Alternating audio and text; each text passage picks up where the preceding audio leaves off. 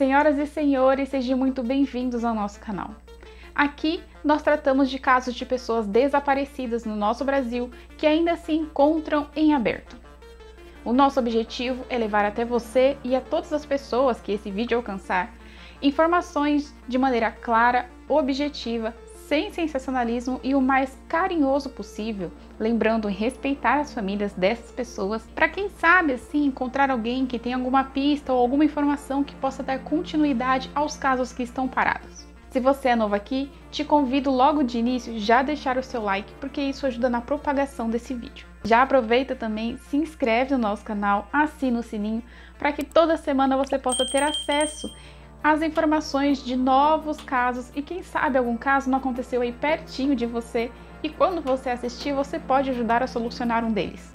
Então chega de enrolação que hoje eu quero saber se você viu uma menininha que desapareceu com 7 anos. O nome dela é Gabriele Gomes Santana.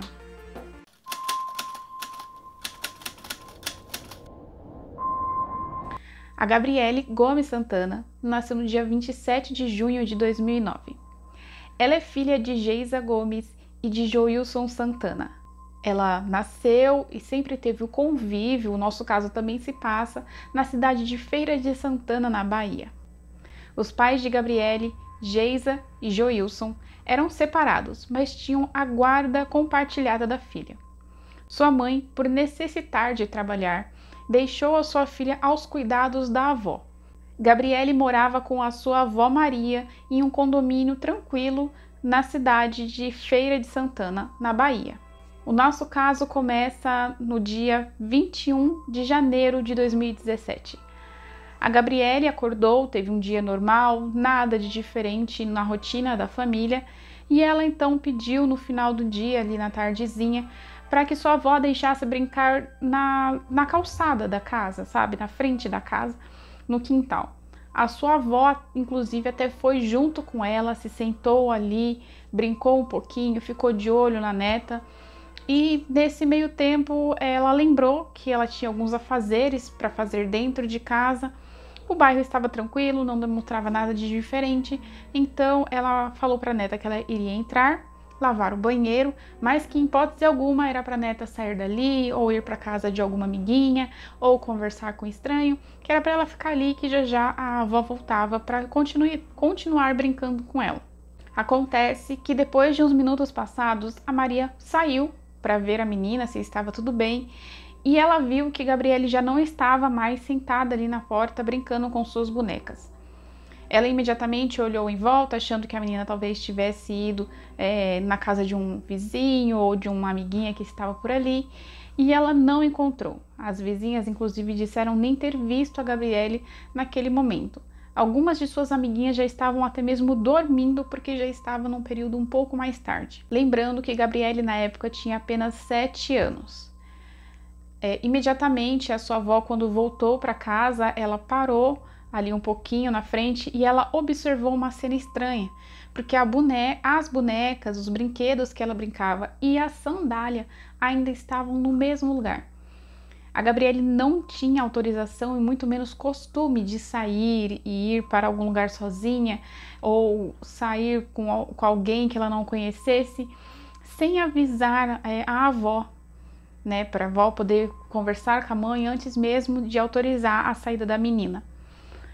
E ela então viu que ali naquele momento alguma coisa tinha de errado, porque a menina ainda, além de não ter levado nenhum de seus brinquedos, as sandálias ainda estavam ali no mesmo lugar. De imediato, a avó Maria já ligou para a mãe, a Geisa, e informou o que tinha acontecido e elas foram instantaneamente para a delegacia de polícia, fizeram um BO e assim as investigações começaram. Os amigos, familiares e vizinhos se mobilizaram e todo mundo procurou por Gabriele. Foram nos bairros vizinhos, subiram e desceram ruas diversas vezes, procuraram em todos os lugares e eles não acharam. Joilson, o pai de Gabriele, chegou até mesmo no dia seguinte a contratar um carro de som para informar as características de Gabriele e informar o que havia acontecido, pedindo para que qualquer pessoa entrasse em contato com novas informações. Desde o início, o caso da Gabriele foi tratado como segredo de justiça. Ou seja, a família não tinha ideia de como estava o andamento da pesquisa e das investigações do desaparecimento da filha. Eu, nesse caso, consegui entrar em contato com a mãe, a Geisa, conversei bastante com ela, fiz uma entrevista bem bacana e ela me informou, inclusive, que a polícia de imediato achava que ela e a mãe dela, no caso a avó Maria, tivesse alguma coisa envolvida com o desaparecimento da filha. Que eles pressionaram bastante, que eles ficavam falando, fala logo aonde a menina está, para onde você levou ela, o que você fez. Então, eles não informavam nada sobre o andamento, se eles tinham algum suspeito ou não, porque eles achavam que a família era a responsável por tudo aquilo ter acontecido. Inclusive, a Geisa até contou para mim que teve uma hora que ela achou até que a polícia iria agredi-la, de tamanho era a brutalidade, a maneira com que eles tratavam eles durante as investigações. Não estou julgando aqui o tratamento que a polícia deu, nem nada, só estou fazendo comentários diante do caso ocorrido, certo? Dando continuidade, passaram-se alguns dias, então a família não tinha ideia de como estava o andamento, porém algumas pessoas inescrupulosas, eu posso se dizer assim de coração, que acho que não tem nem coração, começou a ligar e dar pistas e informações erradas, começaram a passar trote, dizendo que tinham visto ela em tal lugar, que ela estava com tal pessoa e que sabiam o que tinha acontecido com ela, enfim. Eram trotes, eram pistas falsas, a polícia perdia tempo investigando e depois descobriam-se que era trote. Assim sendo, no dia 26 de janeiro de 2017, ou seja, cerca de uma semana depois, a família, amigos e vizinhos se reuniram e fizeram uma passeata. O intuito era cobrar das autoridades algum tipo de informação para que eles soubessem o que estavam sendo feitos, qual era o andamento do caso, né, uma posição sobre o que estava ocorrendo, e também pedir para que as pessoas que estavam ligando e passando esse tipo de trote, informações erradas, que elas parassem, porque isso estava fazendo com que a polícia atrasasse as investigações, correndo atrás de informações e pistas falsas. No dia 26, no mesmo dia que estava ocorrendo a passeata, a polícia chegou a prender um suspeito. Isso porque uma das vizinhas que estavam ali, né, nas investigações, chegou a comentar que no mesmo dia em que Gabrielle sumiu, inclusive uns dias antes também, ela chegou a ver um carro prata, que seria um Corsa prata, andando pela região, e que no dia do desaparecimento de Gabrielle, esse Corsa prata haveria parado próximo à casa, né, da onde Gabrielle morava, e que ela havia entrado para fazer alguma coisa e quando ela saiu o Corsa prata já não estava lá. O suspeito foi preso, investigado, mas como a polícia não tinha como ligá-lo diretamente ao caso, não tinha ninguém que tinha visto ele raptando a menina, colocando dentro do carro, ninguém ouviu algum grito, pedido de socorro naquele momento que o carro estava parado, então eles não tinham como ligar ele à cena do crime e ao desaparecimento de Gabrielle. Então 3 dias depois, mais ou menos, ele foi liberado e a polícia até hoje nunca divulgou quem era essa pessoa, aonde ele mora, nem nada, porque como eu já disse, o caso da Gabrielle até hoje ainda é tratado como segredo de justiça. Cerca de 24 dias depois, no dia 24 de fevereiro, a polícia encontrou então um corpo parcialmente carbonizado. Eles informam que o corpo de imediato, o perito e a polícia que esteve no local informaram que era um corpo de uma pessoa adulta. Foi parcialmente carbonizado porque a maior parte dos ossos estavam completamente queimados, porém o crânio estava intacto, de maneira que era possível fazer uma identificação através da polpa do dente. Então a polícia recolheu todo ali aqueles restos mortais, colheram também a polpa do dente, né, para fazer o cruzamento de material genético e levaram para a delegacia para poderem fazer as investigações. No dia 6 de março de 2017, algum tempo depois, um caminhoneiro que estava indo para a Feira de Santana, ele passou próximo ali a Piauí e ele disse que ele passou num posto de gasolina, que ele viu 3 pessoas adultas com uma menina que tinha uma característica física muito parecida com Gabrielle. Ele disse que chamou a atenção dele porque aparentemente a menina estava muito assustada e o casal era muito agressivo com a menina. Ele então saiu do posto de gasolina, continuou sua viagem e quando chegou em Feira de Santana ele se deparou com os cartazes de desaparecimento de Gabrielle que os seus familiares e amigos haviam espalhados. Vendo então a semelhança daquela foto da garotinha com quem ele tinha visto no posto de gasolina, imediatamente ele entrou em contato com os pais, contou tudo o que havia ocorrido, foram até a delegacia de polícia, colheu o depoimento e depois ele ainda fez um retrato falado.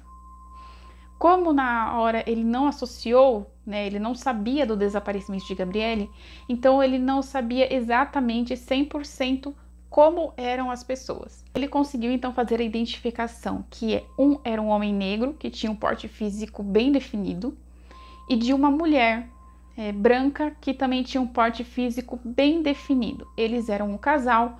O segundo homem, que também estava com Gabrielle, ele não conseguiu fazer nenhum tipo de retrato falado. Como ele não sabia citar muitos detalhes das características, a polícia informa que esse retrato falado corresponde a cerca de 30% somente da aparência deles.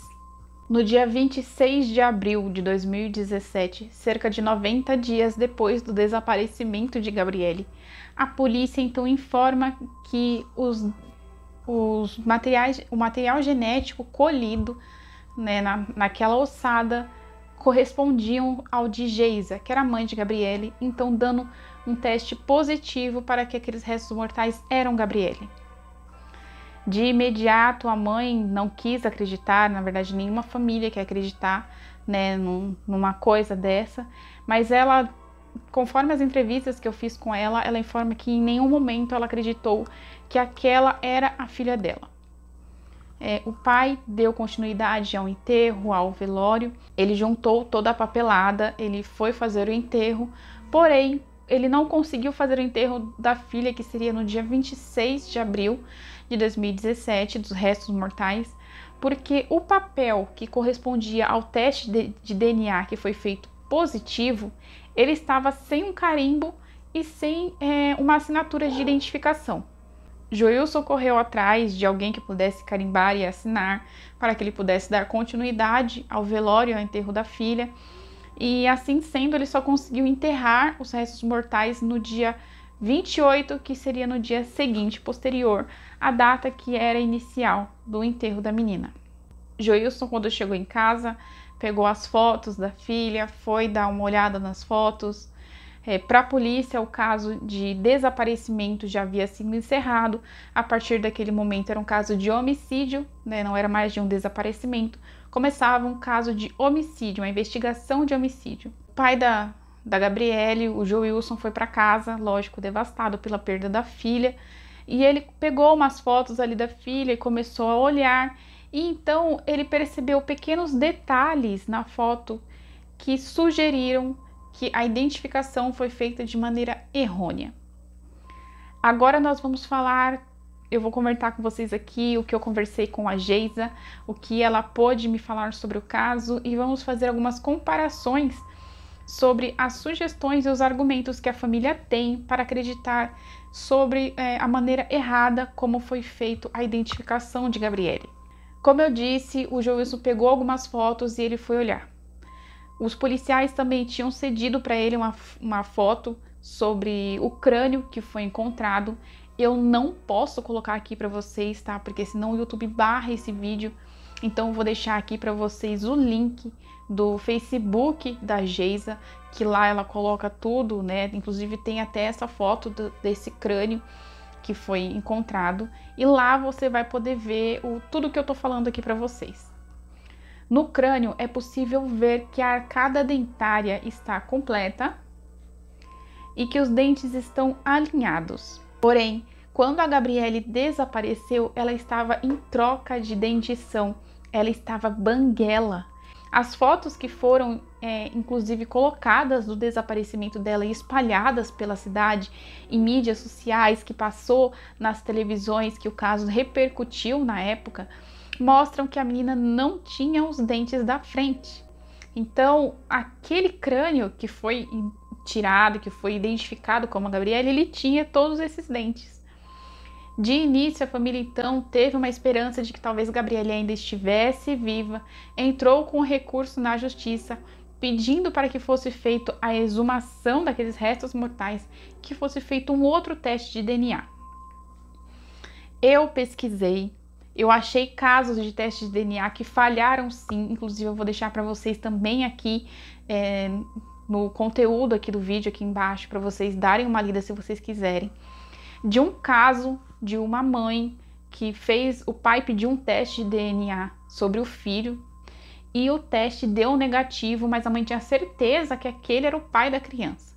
Passaram-se anos e houve a separação do casal, porque eles acreditavam que tivesse havido ali então a traição, que a criança não era dele. Só que conforme os anos foram passando, a criança era muito semelhante ao pai, a esse homem que havia feito o teste de DNA e tinha dado negativo. Então, quando a criança já era adolescente, o menino já era adolescente, ele pediu um segundo teste de DNA e deu positivo. Ou seja, o primeiro teste de DNA feito deu negativo, que ele não era o pai, mas o primeiro deu positivo, que ele era o pai. Existe uma falha pequenininha, mas que pode acontecer. Eu, inclusive, também conversei com um especialista, um médico, que eu tenho contatos, e eu perguntei se há diferença de um crânio de uma pessoa adulta e de uma criança de 7 anos, que é a idade que Gabrielle tinha. Segundo ele, há diversas discrepâncias sobre a diferença de um crânio de um adulto com o de uma criança. Eu vou deixar também o link tudo aqui embaixo para vocês clicarem e vocês verem sobre tudo isso que eu tô falando, tá bom? O crânio de uma criança de 7 anos é mais arredondado, a mandíbula não é tão comprida nessa parte aqui, a parte da dentição aqui também é muito mais visível. Também tem um negocinho aqui, ó, no fundo, tá tudo aqui que vocês vão conseguir comparar, porque eu não posso colocar no vídeo, né, senão o YouTube vai barrar esse vídeo aqui, achando que eu tô colocando alguma coisa ofensiva, obscena, mas vocês vão entender, clica aqui embaixo que vocês vão ver. Sendo assim, com tudo isso, já também o teste de DNA que veio sem um carimbo, sem uma assinatura, que já é muito estranho, a família então começou a achar que a identificação de Gabrielle tinha sido feito erroneamente, de maneira muito apressada, de maneira a tentar solucionar o caso o mais rápido possível, porque as pessoas estavam pressionando muito ali para que tivesse uma solução, um caso, o quanto antes. Somado isso, a Geisa também começou a receber diversas ligações que a filha havia sido vista em Salvador, em Piauí, em diversas outras localidades, e então ela acreditava que realmente a filha ainda estava viva, mas ela precisava provar na justiça que aqueles restos mortais não eram a Gabrielle, para que pudesse dar continuidade ao caso de desaparecimento e não de homicídio. A família entrou com o recurso e o recurso, infelizmente, foi negado nas 2 vezes pela justiça. Então, no vídeo de hoje, eu tô aqui pedindo para que você compartilhe essas informações, porque eu também entrei em contato com um advogado que me orientou que há sim uma outra possibilidade de conseguir, né, essa exumação, esse teste de DNA. Porém, é necessário que nós façamos uma pressão sobre as autoridades. Se você conhece alguém que pode nos ajudar, marca aqui, marca mídias, televisões, artistas, qualquer pessoa que você acha que pode ajudar no nosso caso, comenta aqui, marca com hashtag, eu vou deixar algumas hashtags aqui no final para a gente poder marcar, porque se o nosso caso tiver uma propagação grande o suficiente e a mídia social relembrar esse caso, quem sabe aí Record, SBT, Globo, qualquer um, relembrar esse caso e pressionar os juízes, polícias, prefeitos, sei lá, presidente, qualquer um que possa autorizar a exumação dos restos mortais e ser feito um segundo teste para que possa finalizar essa parte. A mãe de Gabriele até hoje divulga nas redes sociais, em mídias, em todos os lugares possíveis, que ela acredita que a filha esteja sim viva, que tenha sido raptada, que esteja contra a vontade dela em algum lugar. Eu vou deixar aqui também o Facebook dela, como eu falei. Ela também ajuda muitas outras pessoas que têm casos de desaparecidos, né, no nosso Brasil, na divulgação. Eu conversei com a Geisa, ela é uma pessoa muito tranquila, em nenhum momento ela conta que ela acredita que realmente a filha esteja morta, que ela ainda acredita na justiça divina, que tudo um dia será solucionado e que ela conseguirá provar que na verdade a filha ainda está viva e que ela ainda vai reencontrar a filha. Então, se você tem qualquer tipo de informação, qualquer pista, como eu disse, mesmo que seja pequenininha, ligue para 181 ou 190 e faça uma denúncia totalmente anônima e ajude a Geisa e ao Joilson a solucionar esse caso de Gabriele. Mesmo assim, se você sabe quem fez parte do rapto de Gabriele, porque até hoje não se tem resposta alguma sobre isso, faça também esse tipo de denúncia. Você não precisa de se identificar, mas lembrando que a denúncia deve ser feita de forma consciente. Nada de trotes ou coisa parecida, tá bom? Deixa aqui também nos comentários o que você acha desse caso, se você conhece aonde se passou esse caso, se você já tinha conhecimento sobre ele ou não. Lembrando que os comentários também têm que ser feitos de maneira consciente. Nós estamos falando de uma mãe que vai assistir esse vídeo e que vai acompanhar todo o andamento a partir de agora. Esse é o caso de hoje. O caso da Gabriele é um caso bem complicado, porque segundo a polícia já teria concluído o desaparecimento, seria só uma investigação de homicídio, mas a família acredita que há muitas discrepâncias que ainda comprovam que a menina está desaparecida e que aqueles restos mortais não seriam dela. Não esqueça de deixar o seu like para ajudar na divulgação desse vídeo, de compartilhar com os seus amigos e de se inscrever no nosso canal, porque semana que vem a gente vai trazer um outro caso também que eu já estou entrando em contato também com a família. São casos de pessoas desaparecidas. E se você tiver qualquer tipo de sugestão, deixa aqui também nos comentários dos próximos vídeos que a gente vai fazer com certeza. Eu espero que vocês tenham gostado desse conteúdo. Um beijão para todo mundo e até semana que vem. Tchau!